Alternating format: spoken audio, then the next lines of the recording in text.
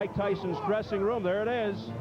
There's one of his sidekicks. They call him Crocodile. He does a lot of yapping. And here comes Jay Bright. The crowd reacting already. They see it on the big screens here. Jay Bright is so linked to the Custom Auto days. I'm sure you'll be seeing Tommy Brooks, who came on board prior to the Botha fight. Well, in the past, a Tyson entrance, an event unto itself. How many fights did he win by virtue of his ring walk? He would strike fear in his opponents even before the first bell.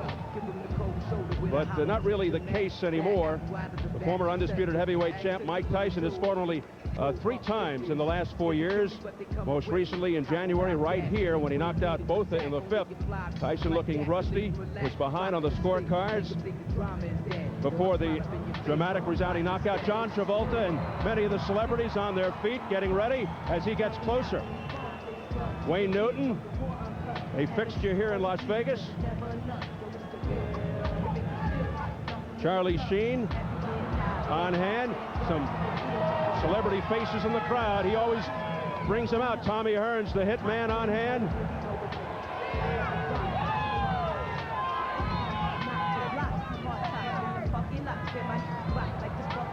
Pierce Brosnan, Bond, James Bond. Tyson's advisor, Shelley Finkel, told me Mike's really got it together. Well, he definitely has a calmer attitude. He's friendlier. The crowd again reacting as he gets closer to the ring. He's been granting interviews, signing autographs, smiling, doing open workouts. Either he's had an epiphany or somebody has really gotten to him.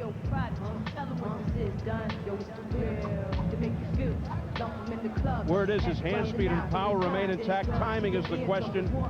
The result, of course, of the repeated layoffs and advancing age. And now he finally makes it upstairs, going through the ropes and out of the canvas. And hearing it from the crowd. It's not an overwhelming cheer, but it's certainly in Tyson's favor.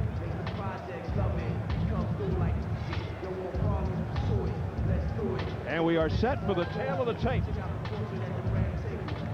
At 34, Norris, 15 months older than Tyson, both under 6 feet, almost eye to eye. That's rare for both.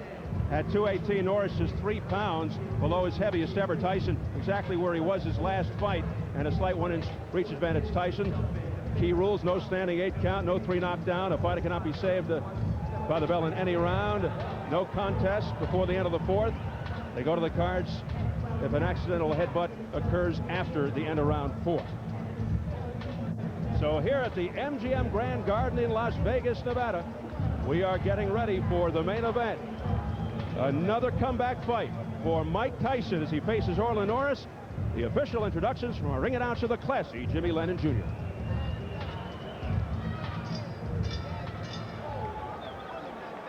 Ladies and gentlemen, a very good evening to you and welcome to the City of Entertainment, the MGM Grand in Las Vegas, Nevada. It's time for the featured bout of the evening, a heavyweight special attraction scheduled for 10 rounds of boxing and brought to you by America Presents, matchmaker Thomas Brown, in association with Showtime Championship Boxing and the MGM Grand. This featured bout coming your way is sanctioned by the Nevada State Athletic Commission. The chairman is Dr. Elias Ghanem. Commissioners are Glenn Carano, Lorenzo Fertitta, Dr. Luther Mack, and Dr. James Nave. The executive director is Mark Ratner. Physicians at ringside, Dr. Flip Omansky, Dr. William Berliner, Dr. Margaret Goodman. Timekeepers at the bell, also keeping count of the knockdowns. We have James Cavan and Mike Lachella. Introducing to you our 3 judges scoring this bout from ringside, all 3 from Las Vegas: Art Lurie, Dave Moretti, and Dalby Shirley. Introducing the 3rd man of the ring, a referee in charge. He'll be giving instructions after the introductions, Richard Steele. All right, fans, here we go. The time has come for our main event of the evening. And now, ladies and gentlemen in attendance and boxing fans joining us around the world, live from the MGM Grand in Las Vegas, Nevada, it's showtime! Introducing to you first on my right, fighting out of the blue corner, wearing gray trunks with black trim, fighting out of San Diego, California by way of Lubbock, Texas. He weighed in at a ready 218 pounds. His record stands at 50 wins, 5 losses, 1 no decision, with 27 wins coming by way of knockout. Please welcome the former WBA Cruiserweight Champion of the World, introducing Orlin Night Train Norris.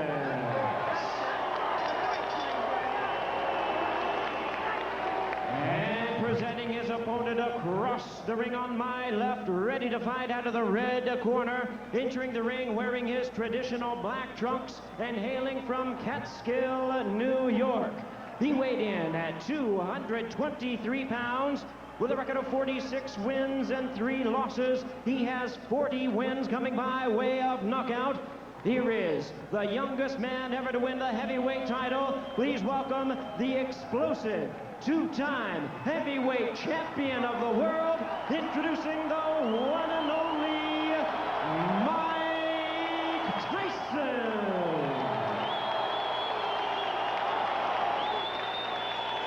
Once again, a referee in charge, Richard Steele. Okay, you guys, I spoke to you both in the dressing room. I'm cautioning again, obey my commands at all times. Keep all of your punches in front of the man. Watch the low blow. Shake hands and good luck.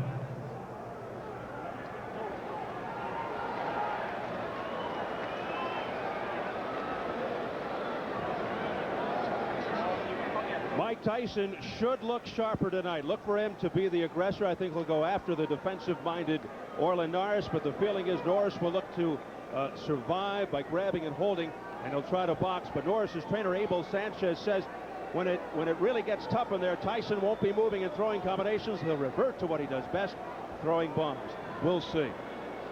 Richard Steele, controversial referee, the third man, and here we go. Lapel for round 1, and Tyson comes right out with a straight left. Orlin's a great defensive fighter, good offensive fighter as well. Not with the power of Mike, but he's probably a little quicker, very sneaky, good movement, and he's used to going the distance, Steve.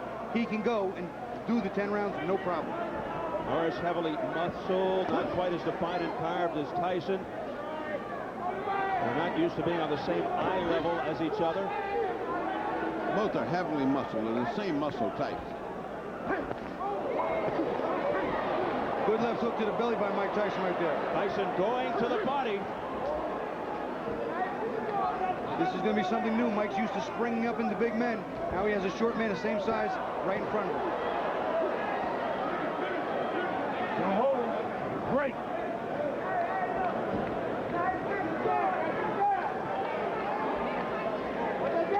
Notice right there, Orlin Norris also grabbed Mike's left arm on the inside and walked him counterclockwise away from that left hook. At least Mike is trying to jab more than he did in the other fights. They've trained him to start to come in with a jab. Well, he's coming in with a jab. And Norris boxing, throwing the jab, and Keep the punches in front. Tyson holds. Norris very cool. He's not at all upset. He's just boxing like he always does. Not at all intimidated by the moment. Not at all. Heavy right hands, a series of rights to the head and body by Mike Tyson, getting a roar from the crowd. Here's that jab of Norris again. Orlin still hasn't stopped and picked his spot. He's looking for the spot to get that pound of flesh. He's got to hit Mike and sting him a little so he can get some respect. Then he can implement his game plan much easier. Norris's best weapon, the double left hook. There's a straight left hand there by Mike Tyson, and then he follows it up with a combination and a right uppercut.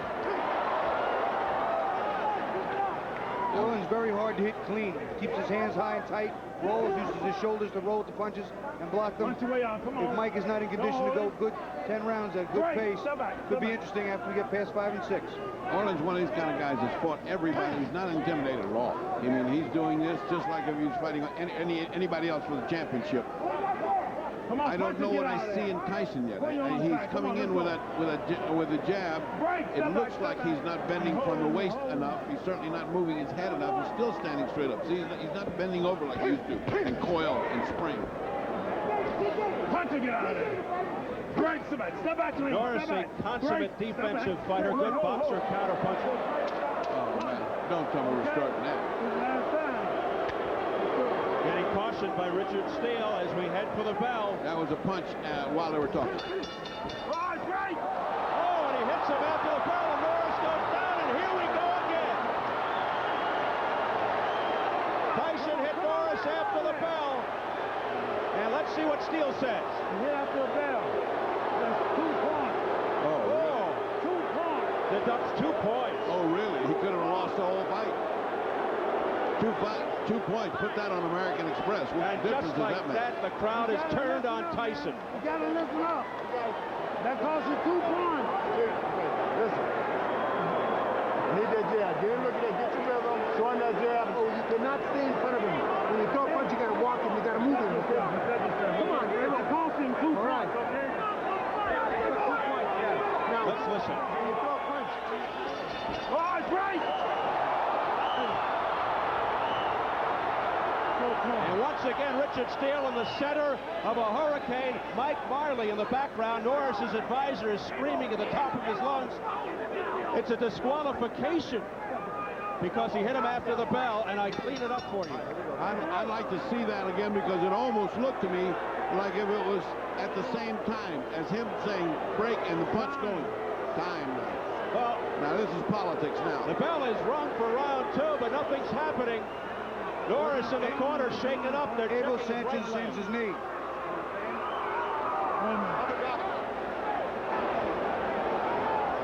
He's looking at his leg. He's saying his knee is hurting him. This is about a knee. This is not about anything else. It's the right knee of Norris. Unbelievable. This is not about his head. Dr. Flip Pomansky, the man with the goatee.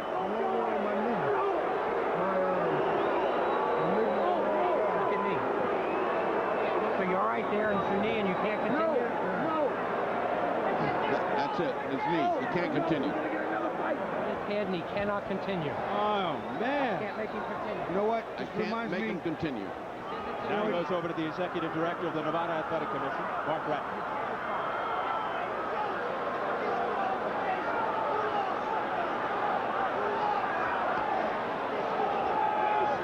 Can you believe this after 1 round? I can believe anything in Tyson land.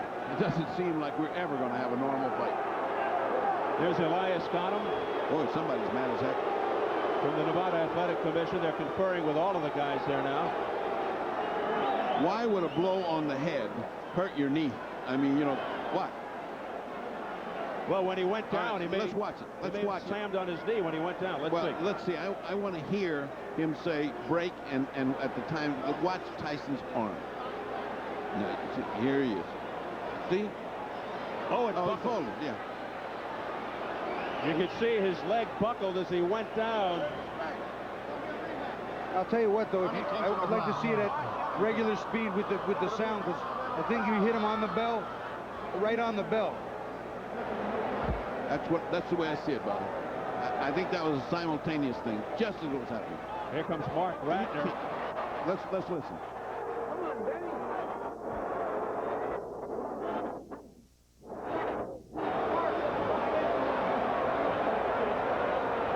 Now there's a lot of scurrying in the ring. Uh-oh. They better put protection Here up. comes security. Boy, we've seen this scene before with a Tyson fight. Let's not see it again. They're forming a circle around Tyson. And you can hear the crowd chanting its displeasure now. And things are getting ugly again. There's Shelley Finkel, Tyson's advisor. Look at the amount of security in the ring.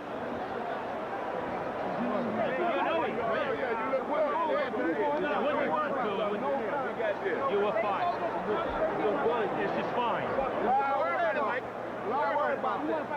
Well, everybody seems to be in the dark. Well, I've never seen anything stop because of a knee injury. Have you? I haven't. Nope. And I've been in it for 40 years. Well, we're dispatching the fight doctor into the ring. Maybe he can lend some insight into what's going on when he talks to people. And meanwhile, they're taping up the injured right knee of Orlin Norris, which buckled when he went down. At the end of round 1, he was hit Bring him right through. It seemed after the bell by Mike Tyson. Dr. Hampton said we'll take care of that. Mike Marley, Norris's advisor, screaming that it should be a disqualification and Norris should be the winner. You know, Steve, I got the impression that Mike was trying to jam the left uppercut up as the bell was going off. I don't know that it was just that it was a clean left hook after the bell conscious thought. I really don't. I mean, I'd like to see it again. It just all happened too fast. And when you start a punch, it's hard. But it's like the kid who cried wolf, Bobby. It's like, how many times can we see this happening with Mike Tyson? We will take another look. We'll show it again, but we don't want to leave the ring right now. Saga continues. Never an easy day. We want to stay right with this picture because anything can happen. But we will definitely show you a replay of the end of the first round again. I'm sure you'll see it several times again before this thing is over. So once again, Mike Tyson and controversy come together. Wish I could hear what Shelley Finkel was just saying.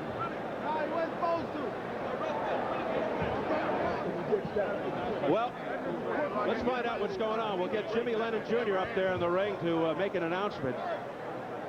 Take it, Jimmy. Ladies and gentlemen, your attention, please. This bout has been stopped after round number 1 due to an accidental foul which occurred after the bell rang. This bout is officially ruled at this time a no contest.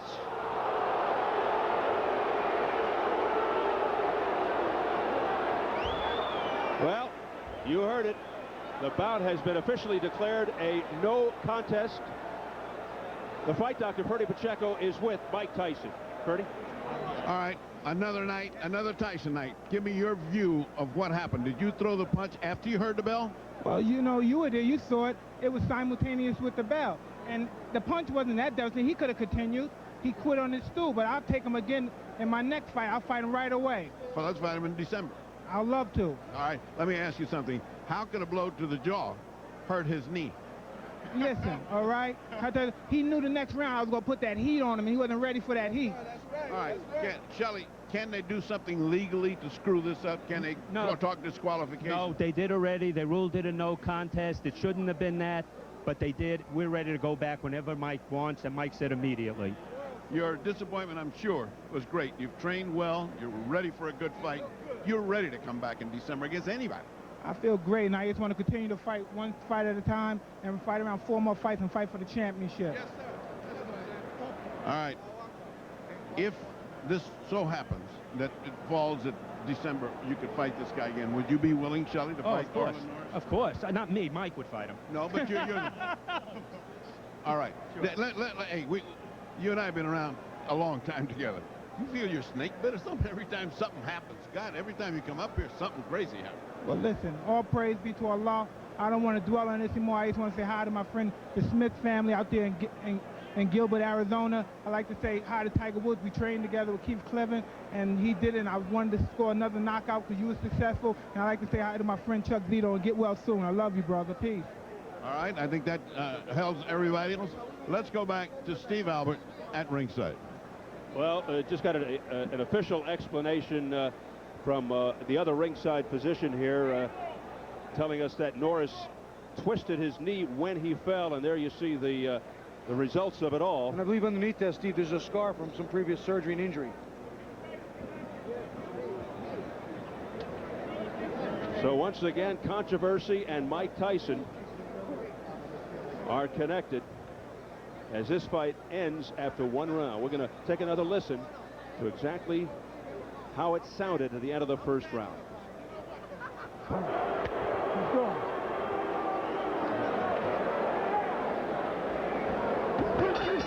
Oh, it's right! He definitely hit him after the bell. He definitely hit him after the bell. I don't know if he heard it. I don't know what registered. It was definitely after the bell. It wasn't long after the bell, but it was after the bell. We've got to find out if Mike Tyson heard that bell.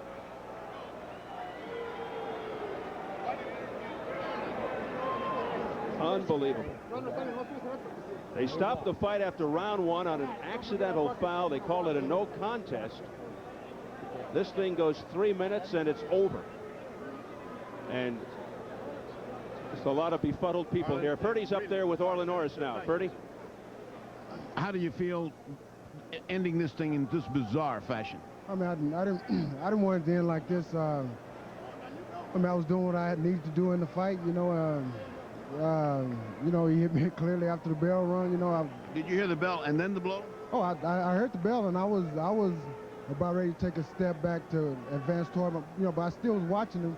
But you know, he threw an uppercut. Rich still stuck his arm in, and then come another uppercut that he caught me with. You know, but he definitely caught you with one. Oh yeah, he hit me pretty square with it. You know, I mean, knocked me down. What do you think happened to your knee? Why did it give away like that? Well, I mean, like I said, I was the bell that rang. I know that rang. I was in a position where I was on my way back, where I was just going to spin and go back. You know, but he threw the uppercut, you know, boom, boom. You know, and I was just in the wrong position. We've just finished interviewing him. He says he wants to have you back as soon as possible. Is December too early for you? Well, you know, I don't know. I have to see, you know, what's wrong with my knee, you know. But you mean we're going to put you on injured reserve like the football team? I don't want it to be like that, because this is not football, you know. You think it can recover? Have you ever had any injury to that knee? Let's start there. Yeah, you know, yeah. This is a knee that's given you problems before. Well, you know, I heard it once before, you know, but it's never given me problems. Have you ever got it operated on? Yes. You had an operation on the knee, and this is the one that went. Yeah. Well, it didn't go because of anything. It went because the way when I went down, the way my leg was contorted. That's what happened to me.